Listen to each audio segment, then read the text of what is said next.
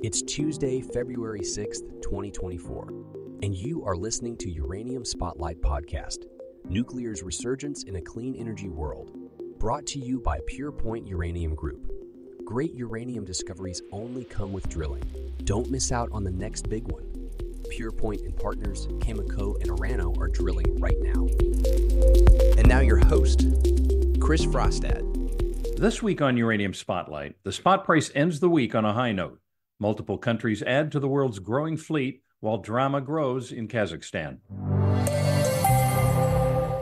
Last week's uranium market experienced notable volatility, with the spot price surging from $100 to $107 US per pound U3O8. January's spot activity was marked by uncertainty as market participants awaited production level announcements from Kazatomprom. The week started slow with no transactions on Monday and Tuesday, keeping the spot price at $100. On Wednesday, as anticipation for Kazatomprom's announcement grew, 4 spot transactions occurred, pushing the price to $101. Thursday saw a significant reaction to Kazatomprom's revelation of a 20% production decrease, with prices reaching $107 by the end of the week. Friday witnessed continued activity, concluding with another transaction at $107. Meanwhile, the term uranium market stayed quiet, with no new utility demand or contract awards reported. Various utilities are evaluating offers for future deliveries, with deadlines set for February 19th. The overall market reflects a mix of heightened spot price dynamics and a relatively stable term market, suggesting ongoing shifts in uranium pricing dynamics. Iran, Czechia, and South Africa are not typically 3 countries that one thinks of as being major players in the world of nuclear reactors. Most people probably wouldn't even mention them in the same breath. This week, however, all 3 countries either announced that they had begun the construction of multiple new reactors, expanded upon previous plans to build reactors, or began working out the finances for their new reactor builds. Iran has announced this past week that they've begun building a nuclear power plant on their southern coast.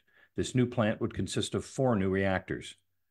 Iran's construction of these reactors will likely experience some issues owing to international sanctions on the country because of its nuclear weapons program.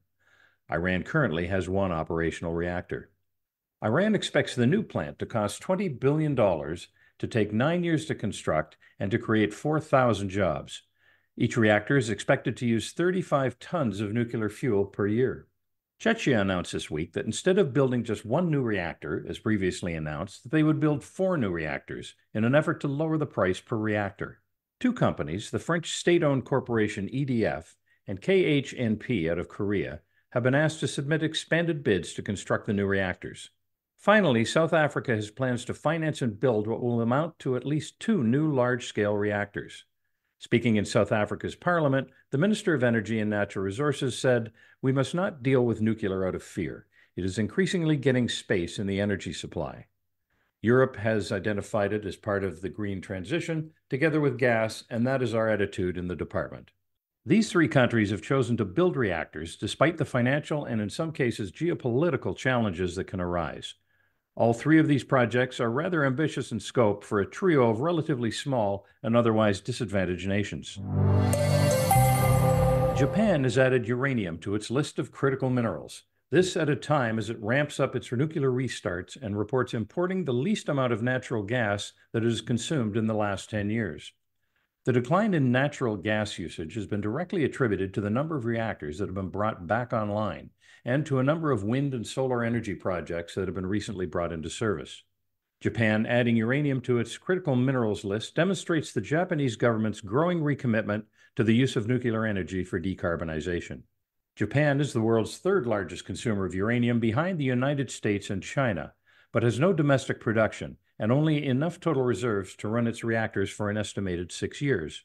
Putting uranium on the critical minerals list means that the Japanese government can allocate more funds for research and development into subjects surrounding uranium and will also allow for cooperation with foreign countries that share Japan's goals for a stable supply of the mineral. Despite the decrease in natural gas imports, signaling progress towards Japan's net zero goal, opposition towards nuclear power and the restart of reactors remains strong among the Japanese public, following the Fukushima nuclear accident in 2011. And there have been legal challenges to the Japanese government's plan to utilize its nuclear fleet to provide 20% of the country's power by 2030. Many experts remain convinced, however, that the Japanese have no choice but to lean into nuclear reactors to achieve its goals. The Government of Ontario, Canada, has announced that it will begin the refurbishment of reactors 5 through 8 at Ontario Power Generation's Pickering Nuclear Generating Station. This project will allow the 4 CANDU reactors to run for an additional 30 years. The project is estimated to cost $2 billion and will run into the 2030s. This refurbishment is an investment into Ontario's economy that will increase Ontario's GDP by an estimated $19.4 billion. Previously, Ontario Power Generation, or OPG, has refurbished its Darlington Nuclear Generating Station and can claim a significant amount of experience in this type of project. Ontario is planning to extend the life of as many reactors as possible and to build more in the coming years as its population grows and its economy expands. This includes 4 new small modular reactors at the Darlington plant. The United States is also looking at refurbishing or restarting reactors, in particular the Palisades plant in Michigan, which is set to get a $1.5 billion loan from the Department of Energy. The owner of the plant, Holtec International, says that without the additional funding, it will have to begin the decommissioning process at the site. The Biden administration would like to see as many nuclear plants kept online as possible, especially given its ambitious plan to decarbonize the electricity sector by 2035.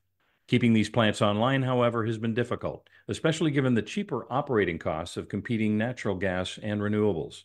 Compared to natural gas and renewables, however, nuclear power is the only baseload energy source that does not generate carbon emissions from the process of generating electricity. Nuclear power can generate the same amount of power 24 hours a day and in any kind of weather, leading the Biden administration to protect its reactor fleet in support of its fight against climate change. Kazakhstan, a country providing over 40% of the world's uranium production through its leading company Kazatomprom, is now facing potential risks to its uranium fuel supply. The updated 2024 production guidance indicates a reduction from previous estimates due to lower sulfuric acid availability and construction delays. While Kazatomprom assures commitment to existing contractual obligations, the decrease in sales volume for 2024 will undoubtedly affect global uranium supply. The country is actively seeking additional sulfuric acid supplies and plans to construct a new plant for increasing production, aiming to secure its 2025 production goals. Adding complexity to the situation, this week's resignation of Kazakhstan's government, driven by President Tokayev's push for economic reforms, introduces uncertainties. The government restructuring is linked to concerns about the nation's economic strategy, potentially impacting the regulatory environment for Kazatomprom and the broader uranium industry.